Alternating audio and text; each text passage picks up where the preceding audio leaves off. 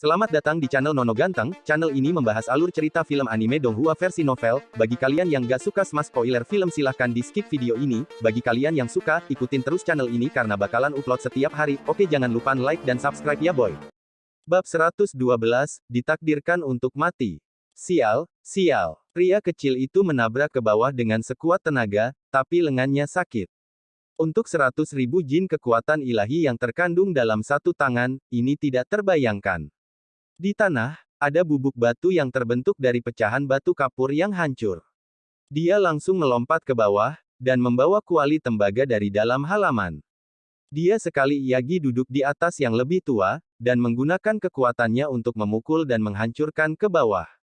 Daerah ini seperti besi tempa, dan dengan suara kengkiang, percikan api beterbangan kemana-mana. Terlepas dari apakah itu tengkorak atau pedang kuno, mereka berdua tidak bergerak sedikit pun. Mereka tidak rusak sama sekali, dan sangat menakutkan. Pria kecil itu menggaruk kepalanya dengan bingung, ini terlalu kokoh. Dengan lambaian kedua lengannya, itu membawa kekuatan yang kuat, namun secara tak terduga itu tidak membuat sedikit pun penyok. Itu membuat suara dangdang, dan percikan api terbang keluar, itu bahkan tidak bergetar sedikit pun. Paman, pedang di kepalamu pasti artefak yang berharga. Itu terlalu kokoh. Jika saya menariknya keluar, apakah saya benar-benar harus mengembalikannya kepada Anda? Air liur si kecil itu mengalir keluar. Di kejauhan, sekelompok pemuda melihat postur tubuhnya. Meskipun mereka tidak dapat melihat sesepuh itu, mereka masih mengerti apa yang dia coba lakukan, dan mereka semua tercengang. Hal kecil ini terlalu berani kan? Apalagi, dia sebenarnya ingin menyimpan pedang kuno ini untuk dirinya sendiri. Orang macam apa ini, bahkan tidak peduli dengan kehidupannya sendiri dan memikirkan artefak berharga. Si kecil tentu saja masih belum mendengar tentang rumor tersebut, dan dia tidak tahu tentang fenomena aneh yang berlanjut hingga hari ini. Dia terus-menerus menggunakan kekuatannya untuk menghancurkan ke bawah, dan tidak takut pada apapun saat dia mencoba mencabut pedang. Ya, sekelompok orang tua semuanya datang. Sungguh sangat disayangkan. Si kecil menoleh, dan melihat kulit binatang berkedip-kedip karena cahaya. Tanduk kuno juga berkedip-kedip dan pohon anggur kayu dipenuhi dengan lampu warna-warni saat sekelompok tetua terbang. Penatua di depan telah muncul di masa lalu, dan dikenal sebagai Tao Ye. Di tangannya ada labu kuning. Itu dipenuhi dengan aura kekacauan primer, dan sepertinya itu berisi langit dan bumi saat dia bergegas. Si kecil tidak ingin menarik perhatian pada dirinya sendiri, jika tidak, identitasnya kemungkinan besar akan terungkap, dan terungkap. Namun, dia tidak punya cara untuk menyingkirkan sesepuh ini dengan pedang menembus tengkoraknya. Ketika sekelompok orang tiba dekat, mereka semua tercengang. Siapa anak ini? Tuhan, apa yang dia lakukan? Menghancurkan ke bawah sambil duduk di atas leher keberadaan itu. Itu mengejutkan mereka sampai mata mereka keluar dari rongganya. Ini hanya membuat mereka tidak bisa berkata-kata, itu benar-benar berani mengambil tindakan terhadap dewa kuno. Apakah ada yang salah dengan mata saya, atau apakah saya sampai di tempat yang salah? Siapa anak itu? Dia terlalu berani, kan? Petik 2. Sejak zaman kuno, tahun-tahun yang tak terhitung jumlahnya telah berlalu, namun mereka belum pernah mendengar rasa tidak hormat semacam ini. Ini adalah pertama kalinya mereka melihat anak yang busuk dan kejam. Sekelompok orang tiba di dekatnya, dan turun di dalam halaman. Si kecil sangat waspada, dan berkata, apa yang sedang kalian coba lakukan? Sambil berbicara, dia memeluk pedang itu sambil duduk di punggung sesepuh berambut abu-abu itu, dan tidak mau turun. Sekelompok orang langsung tercengang. Kami datang ke sini untuk menyelamatkan Anda, bagaimana akhirnya kami terlihat seperti orang jahat? Terlebih Iyagi, yang membuat mereka tidak bisa berkata-kata adalah anak ini sedang memeluk pedang. Tidak peduli bagaimana mereka melihatnya, seolah-olah dia sedang melindunginya. Mungkinkah dia menginginkan pedang untuk dirinya sendiri? Pedang yang kau peluk, salah satu tetua berbicara. Milikku, ini milikku. Aku yang pertama. Pria kecil itu memeluk pedang kuno, dan sepertinya waspada. Sekelompok orang tidak tahu apakah harus tertawa atau menangis. Anak ini sedang melawan surga. Anda benar-benar berani mencoba dan mengambil barang ini. Itu benar-benar menyebabkan orang kehilangan kata-kata. Penatua dengan labu di tangannya terbatuk dan berkata, saya pikir Anda salah paham. Kami tidak menginginkan pedang itu, dan datang untuk menyelamatkanmu. Petik 2. Kalau begitu, kalian tinggal mengatakannya. Si kecil tetap waspada dengan satu tangan di pedang kuno dan tangan lainnya memegang kuali. Dia terus menghantam ke bawah, dan sepertinya dia mencoba menyelesaikan pekerjaan secepat mungkin. Kelompok orang paviliun penjaga surga tidak tahu apakah harus tertawa atau menangis. Jenis anak yang keterlaluan ini sangat jarang terlihat. Mengapa gaya ini sepertinya akrab? Berhenti memukulnya, tidak ada yang mencuri darimu. Ekspresi Penatua Xiong Fei pucat pasi, dan dia dengan cepat menghentikannya. Namun, bocah busuk itu tidak memperhatikannya, dan menggunakan semua kekuatannya untuk mengayunkan kuali tembaga itu. Dia terus menghantam ke bawah sampai seluruh langit berdering dengan suara berisik. Dia melihat bahwa semua orang di sana merasa khawatir dan tubuh mereka melompat. Bocah kecil ini terlalu kejam, dan kekuatannya luar biasa. Ekspresi Penatua Zuo Yun pucat, dan dia dengan cepat menjelaskan fenomena kuno dan aneh kepadanya. Dia mengatakan kepadanya bahwa ini adalah misteri yang belum terpecahkan, dan bayangannya masih ada hingga hari ini. Apa? Setiap kali muncul, sekelompok besar orang akan mati, terutama para jenius. Orang kecil itu menjadi tercengang, dan kuali tembaga di tangannya jatuh ke tanah dengan suara dang. Setelah itu, dia langsung melompat, dan berlari ke sisi mereka. Dengan suara Sou, dia langsung menempel ke tubuh sesepuh Zuo Yun, dan memeluknya ke titik di mana dia tidak akan melepaskannya bahkan jika dia mati. Nak, apa yang kamu lakukan? Mengapa kamu menempel padaku? Wajah tetua Zuo Yun menjadi pucat. Menurut legenda, setelah melakukan kontak dengan tabu, bahkan seorang tetua pun akan mati. Aku akan memberimu pedang itu, tetua selamcitkan aku ya. Si kecil berayun dari tubuhnya. Aku tidak menginginkannya. Wajah Zuo Fei pucat. Apa yang seharusnya dia lakukan di sini? Dia tidak bisa mengatakan bahwa Dici takut, bukan. Ini di Depon 3000 wajah pemuda. Si kecil melihat warna itu meninggalkan wajahnya, dan dia menjadi ragu-ragu. Dia kemudian langsung menempel ke belakang tetua Xiong Fei, dan memeluk lehernya tanpa niat melepaskan. Roh penjaga, selamatkan aku. Wajah Penatua Xiong Fei menjadi hijau. Bagaimana bisa bocah busuk ini begitu cepat? Itu benar-benar berubah ke tubuhnya, dan dia merasakan gelombang ketakutan di dalam hatinya. Apalagi, dia merasa seolah-olah ada mayat sedingin es berdiri di Depon yang menatapnya. Tetua, jangan bergerak. Kepalamu hampir menyentuh wajahnya, si kecil memperingatkan. Astaga, Xiong Fei kaget dan takut. Dia terus-menerus mengutuk di dalam hatinya. Bagaimana bisa bocah sialan ini begitu tidak terkendali? Apakah tubuh sesepuh adalah sesuatu yang bisa kamu naiki secara acak? Dalam hati dia berteriak, tolong aku. Anda harus memahami bahwa keberadaan aneh ini dianggap sebagai dewa kematian. Begitu ia memusatkan perhatiannya pada seseorang, kemungkinan besar orang itu tidak akan memiliki jalan hidup yang tersisa. Dari zaman kuno hingga sekarang, itu akan muncul setiap 100 tahun sekali. Jika seseorang tidak dapat memuaskan kondisinya dan sebaliknya bersentuhan dengannya, maka itu pasti akan menyebabkan kematian. Bubar, tidak banyak yang bisa dilihat di sini.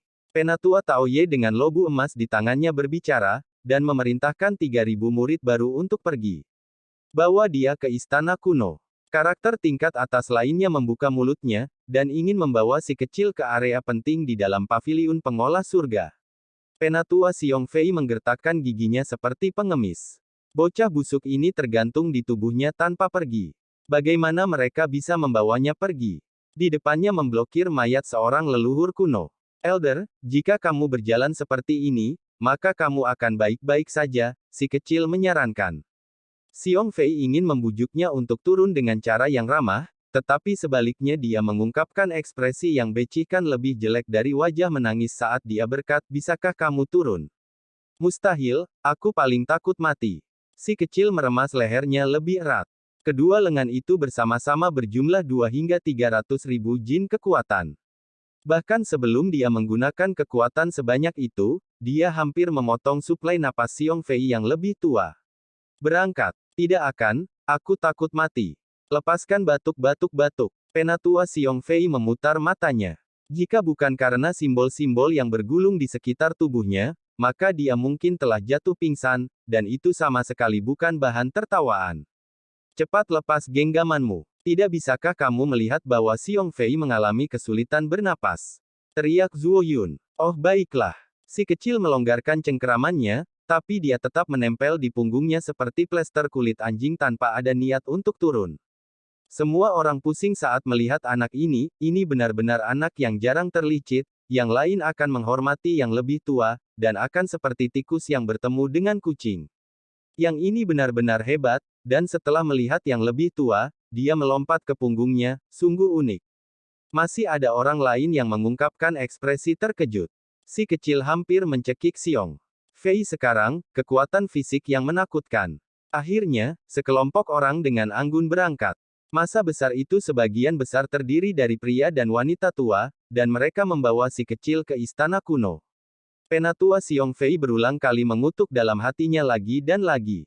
Selama seluruh perjalanan ini, dia berjalan dengan setengah tubuhnya bengkok, dan dia bisa merasakan udara sejuk menyerang tubuhnya. Mengapa bocah ini memutuskan untuk tetap bersamanya?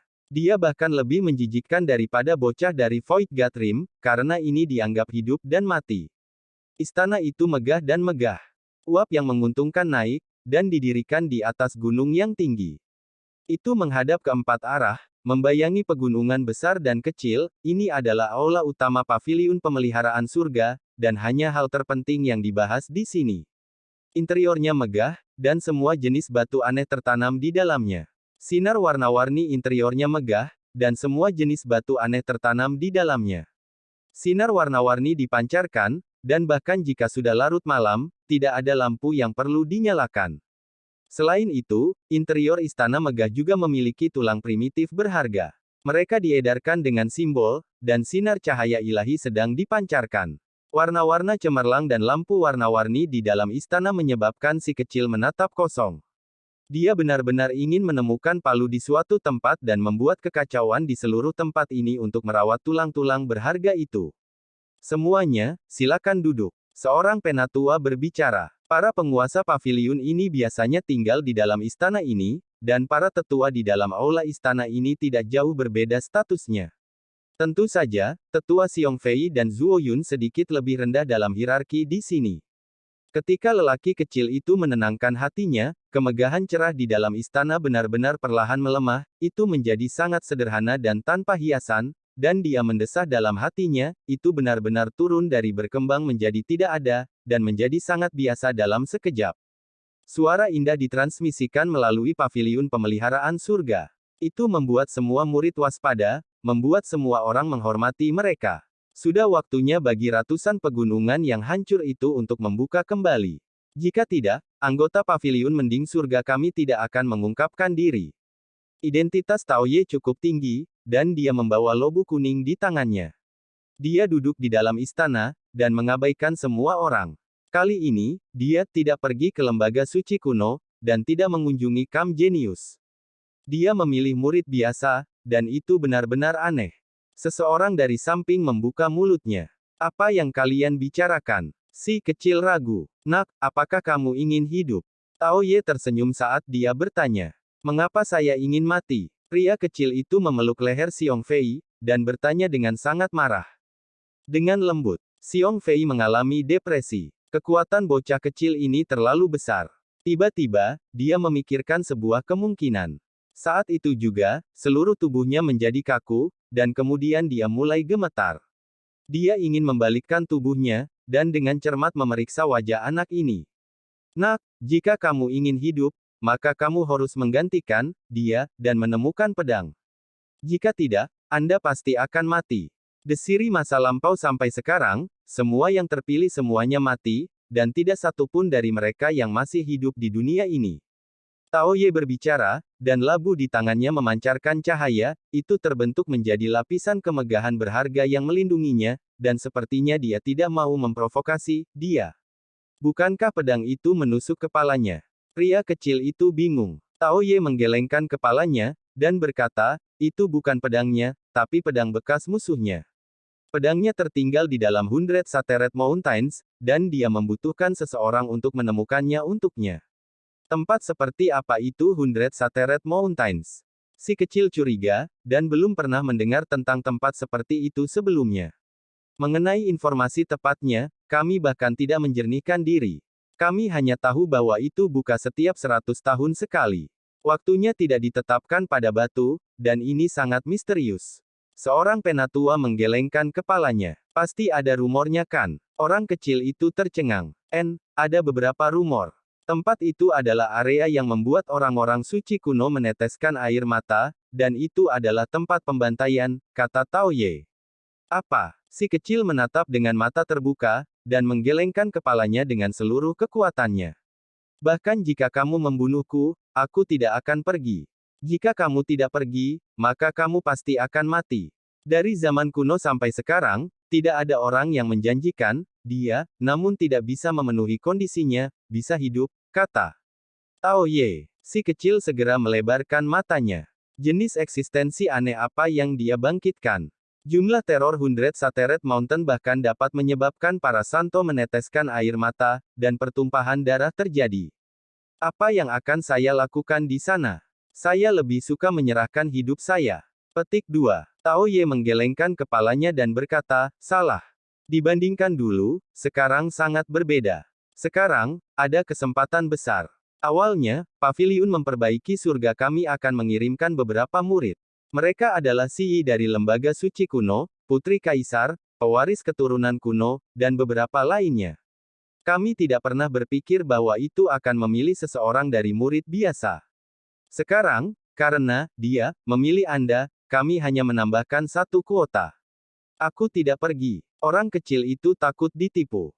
Kamu benar-benar tidak pergi. Bahkan jika orang lain membuka kepala mereka mencoba mencari jalan masuk, mereka tetap tidak bisa. Tahukah kamu, kapanpun itu dibuka di masa lalu, hanya jenis keberadaan apa yang masuk.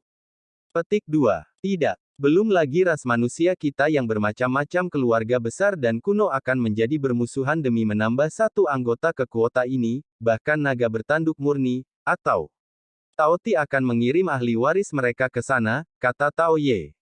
Tidak mungkin. Orang kecil itu membelalakkan matanya. Bab 113, kebenaran terungkap. Bagaimana mungkin itu tidak mungkin? Ratusan tahun yang lalu, beberapa pewaris Archaic Descendants dikirim ke dalam, dan di antara mereka pasti ada beberapa pemuda berdarah murni. Cukup banyak orang yang secara pribadi melihat peristiwa mengejutkan dunia ini. Petik 2. Mengapa mereka harus pergi ke sana? Si kecil masih tidak mengerti, mengapa layak untuk diikut-sertakan. Seorang tetua senior menjelaskan, itu wajar karena ada peluang besar di sana. Orang-orang yang pergi ke sana lebih dari 100 tahun yang lalu semuanya dapat memandang rendah seluruh dunia dengan jijik sekarang, dan kekuatan mereka mengguncang tanah tanpa batas. Ada orang-orang seperti Kaisar Negara Batu, Ketua Akademi Zulu, dan banyak pahlawan hebat lainnya dari generasi mereka. Mereka memiliki seluruh tanah di bawah langit dalam telapak tangan mereka, dan mengendalikan jutaan dan jutaan sungai dan gunung. Bahkan ada sedikit kebutuhan untuk membicarakan leluhur keluarga kuno itu. Mereka semua sangat berhasil dan diberkati secara alami. Menurut apa yang dikatakan sesepuh senior paviliun mending surga, ada terlalu banyak peluang dalam Hundred Satering Mountains. Bahkan dimungkinkan untuk memperoleh warisan dari berbagai wali, atau menemukan sepotong tulang surgawi, dan bahkan ada kesempatan untuk menemukan beberapa obat suci, itu hanyalah tanah para dewa. Ekspresi si kecil pahit. Dia tidak semudah itu dibodohi. Bahkan bagi para santa untuk meneteskan air mata di tempat pembantaian seperti itu, tempat ini pasti mengandung bahaya yang tak ada habisnya. Satu kesalahan bisa menyebabkan kematian. Kelompok penatua senior ini terus mempromosikan gagasan ini, dan mereka mencoba yang terbaik untuk membicarakan bagian terbaik. Jelas dari pandangan sekilas bahwa mereka ingin dia hadir. Mereka punya tujuan sendiri, dan menghitung ayam mereka sebelum menetas. Untuk membuatku pergi ke sana, manfaat apa yang cikan kamu berikan padaku? Dia tiba-tiba bertanya. Semua orang terkejut, anak ini benar-benar tidak biasa. Ketika orang lain mendengar tentang kesempatan dan hak istimewa ini, mereka semua akan tergerak dengan rasa syukur sejak lama. Namun, mengapa dia meminta keuntungan? Itu hanya memberikan hidup saya. Jika tidak ada manfaat, saya tidak akan pergi. Orang kecil itu berbicara sambil menggantung di leher tetua Xiong Fei. Ekspresi semua orang menjadi kosong. Apakah Cinak ini memeras dan memeras mereka? Mereka belum pernah melihat murid seperti ini sebelumnya. Jika kamu tidak pergi, maka dia pasti tidak akan senang, dan kamu akan kehilangan nyawamu cepat atau lambat, kata Tao Ye. Mendesah. Si kecil menjadi cemas karena sepertinya ini tidak palsu. Di sebelahnya adalah mayat dewa, jadi dia benar-benar mencapai akhir kecerdasannya. Karena ada begitu banyak manfaat, kenapa kalian tidak pergi sendiri? Dia dengan marah bertanya. Kami benar-benar ingin masuk. Sayangnya, usia kita tidak mengizinkan kita dan menghalangi kita. Sejak zaman kuno ketika ratusan gunung hancur terbuka, hanya mereka yang berusia di bawah 18 tahun yang bisa masuk. Beberapa orang menghela nafas, karena mereka benar-benar tidak punya pilicin. Baiklah kalau begitu. Si kecil mengangguk. Dia tahu dia tidak bisa menghindari ini, tidak peduli apa yang dia lakukan. Banyak orang akan masuk kali ini. Ada jenius dari keluarga kuno, pangeran dari negara kuno, ahli waris keturunan kuno, dan bahkan mereka yang mewarisi garis keturunan Peng sayap emas. Anda harus berhati-hati saat sampai di sana, jika tidak, satu tindakan ceroboh dan hidup Anda akan hilang. Petik 2. Salah satu tetua senior memperingatkan, dan kemudian dia mengemukakan kemungkinan manfaat. Pikiran si kecil berkeliaran saat dia mengerutkan kening karena khawatir. Dia tidak mau menempatkan dirinya dalam situasi berbahaya, dan dia hanya didorong oleh orang lain sekarang. Sebenarnya, tempat itu memang sangat berbahaya. Setiap kali para jenius masuk, pada akhirnya membuat 4 orang keluar sudah dianggap cukup bagus. Angka kematian terlalu tinggi. Satu-satunya hal yang menggodanya adalah jika benar-benar ada beberapa pemuda binatang buas berdarah murni, itu layak dipertimbangkan. Pamannya dari Stone Village telah bercanda di masa lalu tentang bahwa ketika dia cukup kuat, dia harus menangkap pemuda keturunan archaik untuk mereka, sehingga mereka bisa membesarkannya untuk akhirnya melindungi desa. Meskipun dia belum dewasa, dan belum bisa menunjukkan penghinaan untuk segala sesuatu di bawah langit, jika dicicikirnya bertemu dengan makhluk muda tanpa ditemani orang tuanya, mungkin dia bisa menangkapnya. Ini karena dia memiliki kekuatan untuk bertarung setara dengan satu. Sementara si kecil memikirkannya, dia tersesat dalam pikirannya dan mulai tertawa dengan suara hei-hei. Hei, apa yang kamu pikirkan? Apakah kamu mendengar apa yang baru saja saya katakan? Seseorang dari samping berkata, baru saja, anak ini merengut dan khawatir, namun tiba-tiba, dia menjadi seperti ini. Dia benar-benar hanya seorang anak kecil. Si kecil berhenti berfantasi, dan menghapus air liurnya. Saya ingin menangkap anak dari Golden Winged Peng. Kelompok orang itu menjadi ketakutan, dan sama sekali mengabaikannya. Batuk, Xiong Fei, bawa dia pergi dulu. Kami punya beberapa hal untuk didiskusikan, kata Tao Ye. Si kecil baru kembali ke dalam aula istana 1 jam kemudian. Dia menemukan bahwa mayoritas orang telah pergi, dan hanya 4 lelaki tua yang menatapnya dengan mata hijau mereka yang bersinar sambil tertawa. Kalian apa yang ingin kamu lakukan padaku? Dia merasakan ada yang tidak beres, dan melebarkan matanya sambil berteriak. Tidak ada, kami hanya ingin memukulmu sedikit, hehe. Keempat lelaki tua itu bangkit dari tempat duduk mereka dan maju ke depan. Si kecil menyadari ada sesuatu yang salah. Dia tidak bisa mendekati rubah tua ini, jika tidak, rahasianya akan terungkap, dan mereka pasti akan menemukan identitasnya. Jika kalian berani bertindak tidak sopan padaku, aku akan pergi dan bergabung dengan Akademi Zulu. Dia dengan sedih berteriak sekuat tenaga. Hehe, tawa lelaki tua itu tidak berhenti, dan mata mereka masih bersinar hijau. Ayu, apakah kamu benar-benar akan memukulku? Itu sangat menyakitkan. Si kecil menangis kesakitan saat pantatnya dipukul oleh orang lain. Hong, dia tidak bisa mengundurkan diri dari hukuman ini, dan segera menepis dengan telapak tangannya untuk bertabrakan dengan serangan tetua lainnya. Tiba-tiba, seolah-olah petir menyambar, dan mengejutkan seluruh aula istana ini sampai beresonansi. Anak baik, kamu memang cukup kuat. Kekuatan tubuh semacam ini bisa dianggap berlawanan dengan surga. Seseorang berkata sambil berulang kali terengah-engah karena terkejut. Dia sangat gembira. Cukup, jangan ganggu dia lagi. Tao Ye berbicara dengan senyum di wajahnya. Beberapa orang itu berhenti. Mereka tidak benar-benar merapikannya. Pada saat ini, Xiong Fei sadar. Dia menunjuk ke Circi si kecil dan berkata, kamu benar-benar anak nakal yang jahat. Dia mengertakkan gigi, dan sangat ingin menerkamnya dengan kejam. Sejak bocah jahat ini memasuki paviliun pemeliharaan surga, tidak ada satu momen pun yang damai.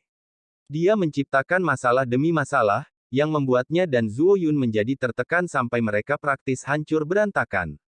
Dia tidak bisa membantu tetapi ingin segera menangkapnya lalu dengan marah memukulnya. Namun barusan, dia harus menggendong bocil iblis ini sambil berjalan sepanjang jalan, dan praktis terinfeksi oleh dewa kuno ini. Jika dia bisa mentolerir ini, maka dia bisa mentolerir apapun. Cukup. Xiong Fei, pergilah lebih dulu. Petik 2. Xiong Fei memiliki perut yang penuh dengan api, tetapi dia tidak berani melanggar perintah para seniornya. Dia menatap si kecil dengan satu mata, lalu dia berbalik dan pergi. 4 tetua, apakah kalian melihat? Saya takut untuk tinggal di paviliun mending surga sekarang. Jika aku kembali, tetua Xiong pasti akan menyembuhkanku. Petik 2. Xiong Fei masih belum sepenuhnya pergi, dan dia terhuyung-huyung di tempat. Dia masih belum melakukan apa-apa, tapi anak nakal ini sudah mulai menuduhnya. Dia segera menjadi marah. Xiong Fei, jangan ganggu dia. Dia anak tunggal. Dia nakal bisa dimengerti. Tao Ye berkata dengan ramah. Penatua Xiong Fei ingin menangis, tetapi dia tidak bisa meneteskan air mata. Dia sudah menyiksa orang begitu banyak, dan ini hanya nakal. Bukan hanya dia, bahkan orang-orang di alam dewa kekosongan ingin memukulinya. Pergi saja. 4 tetua senior langsung mengusirnya, yang membuat Xiong Fei sangat marah. Nak paviliun penjaga surga saya selalu berpikiran terbuka. Membuat kesalahan kecil tidak penting, tetapi Anda tidak akan pernah membucit kesalahan besar, seorang penatua tertawa. Si kecil tiba-tiba menjadi seekor ayam kecil yang sedang mematuk nasi. Dia berulang kali memuji untuk menunjukkan kelucuannya yang luar biasa. Saat kamu memasuki 100 Shattering Mountains kali ini, kamu harus berhati-hati. Jika Anda menemukan musim semi remaja kekal dan membawanya kembali, nama Anda akan diukir ke dalam catatan abadi dari Heaven mending-mending saya, penatua lainnya berkata. Mulut si kecil langsung bergerak-gerak. Tidak heran mereka berbicara seperti ini. Alasan mengapa tidak ada yang merapikannya adalah karena mereka menginginkan sesuatu darinya. Bocah jahat, ada apa dengan ekspresi di matamu? Ketika Anda memasuki paviliun perbaikan surga saya, Anda seharusnya tidak pernah melupakan Tuan Anda. Apakah sulit bagimu untuk melakukan sesuatu? Seorang senior membelalakkan matanya. Cukup, jika kamu memberitahunya hal-hal ini, lebih baik menceritakan semuanya padanya. Jika dia benar-benar berhasil, kita bisa membiarkannya memilih teknik berharga dari paviliun perbendaharaan suci. Kata Tao Ye, mengapa kamu memiliki opini rendah tentang aku? Pada kenyataannya, aku benar-benar ingin melakukan yang terbaik untuk tuanku. Si kecil merasa malu saat dia memutar-mutar ibu jarinya dan berkata, jika saya kembali, Anda sebaiknya membiarkan saya tinggal di paviliun. Penyimpanan kitab suci selama sebulan. Satu teknik berharga tidak cukup. Petik 2. Pada awalnya, keempat tetua masih mengangguk dengan puas karena dia benar-benar masih kecil kemudian setelah dia mengucapkan kata-kata berikut, wajah mereka segera menjadi gelap. Musim semi pemuda abadi terletak di tempat tersembunyi di 100 Shattering Mountains. Dikabarkan bahwa kondisi di sana sangat buruk. Orang-orang tanpa tubuh yang sangat kuat tidak dapat mendekat karena penghalang yang tidak dapat dipadamkan telah dipasang oleh orang-orang suci kuno. Ketika Xiong Fei bertemu dengan si kecil lagi, Xiong Fei mengira si kecil sedang mengunyah iobak. Tidak hanya dia terkejut dan tidak bisa membantu tetapi menggosok matanya, dia juga segera melompat ke belakang dan berteriak, kamu berani mencuri obat roh. Itu adalah ginseng giok salju yang tumbuh di pintu masuk aula istana. Petik 2. Penatua Tao Ye memberikannya padaku, lelaki kecil itu tersenyum dan berkata. Sampah. Bagaimana mungkin Xiong Fei mempercayai ini? Ketika saya pergi, saya bertanya kepada tetua Tao Ye apakah lobak di taman bisa dimakan atau tidak, dan dia mengangguk dengan tidak sabar, kata si kecil. Kata-kata tak berdaya dari Tao Ye bergema dari dalam aula istana, jagalah dia dengan baik. Jangan biarkan dia berada di dekat taman obat di masa depan. Saat dia kembali, berikan dia sekeranjang iobak asli. Petik 2. Setelah hari itu, si kecil benar-benar bebas. Dia tidak memiliki kekhawatiran lagi selain dari kultivasi yang ketat, dan dia dapat menjelajahi semua tempat rahasia di dalam paviliun. Perbaikan surga. Setiap malam, sesepuh pedang yang tertancap di kepalanya akan muncul seolah-olah dia sedang menyuruh si kecil untuk bergegas. Awalnya dia merasa itu masih canggung, tetapi kemudian, dia perlahan-lahan menjadi terbiasa sampai-sampai dia akan menggantung pakaiannya di tubuh seperti rak kain setelah dia melepaskannya. Terkadang, dia bahkan melempar bola berbulu yang tertidur ke kepala mayat kuno itu. Secara alami, Hairi Bol akan melolong marah setelah bangun tidur karena akan sangat takut sehingga semua rambut di tubuhnya akan menjadi tegak. Saat fajar menyingsing, sesepuh akan segera menghilang. Bukankah ini murid biasa, kenapa dia ada di kamp jenius kita? Sekelompok orang bingung. Perkemahan jenius dikelilingi oleh keanggunan. Ada danau biru, lembah hijau, serta puncak indah di sekelilingnya. Udara yang menguntungkan naik, dan cahaya warna-warni beredar. Tempat ini sangat cocok untuk kultivasi, dan itu jauh lebih baik daripada tempat tinggal para murid biasa. Hentikan, kamu tidak bisa sembarangan datang ke sini. Orang kecil itu berhenti dan berkata, aku mencari King Feng. Kenapa kamu mencari dia? Sekelompok orang tercengang. Dia adik laki-lakiku, aku di sini untuk mengantarkan obat untuknya. Orang kecil itu memegang bingkisan di tangannya. Segera setelah itu, King Feng bergegas dan menerima bungkusan itu. Setelah membukanya, dia langsung tercengang, yang mengejutkan, ada sebatang obat roh di dalamnya. Itu memancar dengan indah, dan aroma manis menyerbu lubang hidungnya. Kakak kecil, ini. King Feng sangat khawatir sehingga dia melompat. Sekarang, dia mengerti sifat adik kecilnya, ini tidak mungkin dicuri dari dalam bidang pengobatan, kan? Obat roh sangat langka dan berharga. Jika orang lain tahu, ini akan menjadi kejahatan besar. Tangannya gemetar. Yang lain secara alami juga melihat isi dari parsel ini setelah dibuka, dan segera berteriak ketakutan, lalu menampakkan ekspresi berkobar. Bahkan para murid jenius hanya memiliki obat bubuk langka untuk digunakan. Tidak mungkin mereka bisa menggunakan seluruh tangkai obat roh secara mewah. Wei, kataku, adik laki-laki, tidak mungkin seorang murid biasa bisa mendapatkan roh. Anda pasti telah mencurinya dari bidang pengobatan. Ini adalah kejahatan besar yang mungkin bisa mengakibatkan pengusiran. Sekelompok orang berjalan. Omong kosong, aku mendapatkan ini setelah mengalahkan generasi yang lebih muda dari keturunan archaik dalam pertaruhan, jawab si kecil dengan ekspresi datar. Namun, ini bukan kebohongan total, karena Hairi Bol ingin memakannya, tetapi dibuang ke samping olehnya. Secara alami, tidak ada yang percaya padanya, dan mereka semua mencibir. Jika kamu tidak percaya padaku, maka kita bisa berjudi.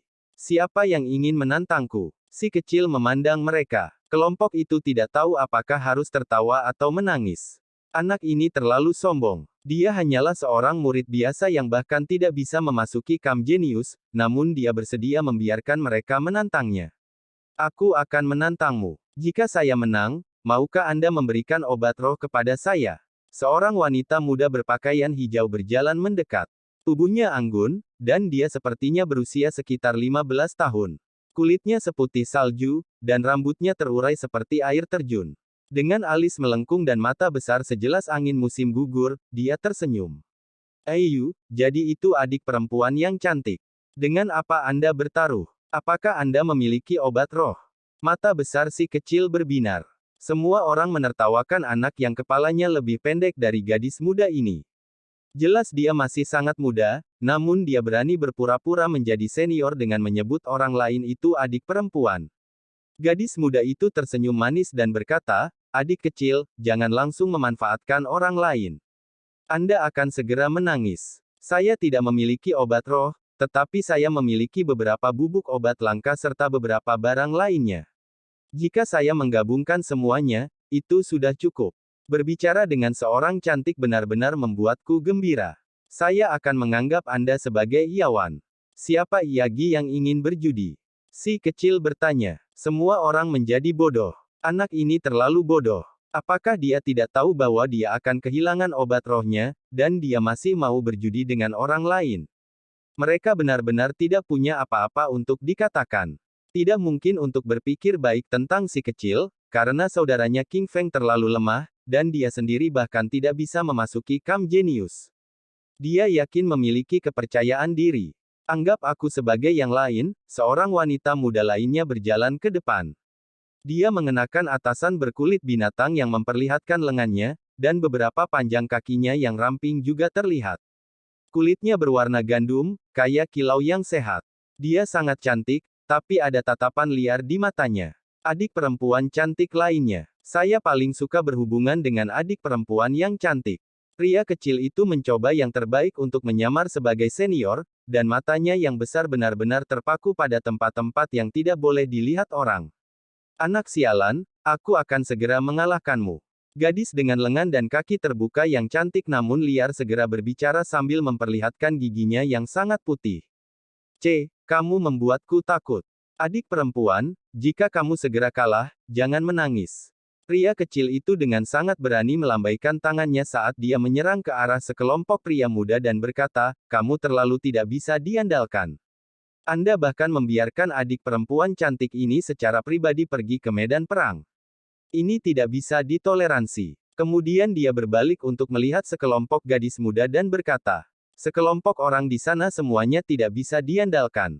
Sial, dia memprovokasi kita. Sekelompok pemuda sangat marah hingga hampir meludahkan darah. Anak kecil yang bodoh ini benar-benar membutuhkan pukulan, hancurkan dia. Setelah itu, dengan suara hula, dia langsung dikelilingi oleh sekelompok jenius berusia 15 hingga 16 tahun yang berniat memasuki pertaruhan untuk bertarung dengannya. Pada kenyataannya, mereka ingin memukulinya dengan marah.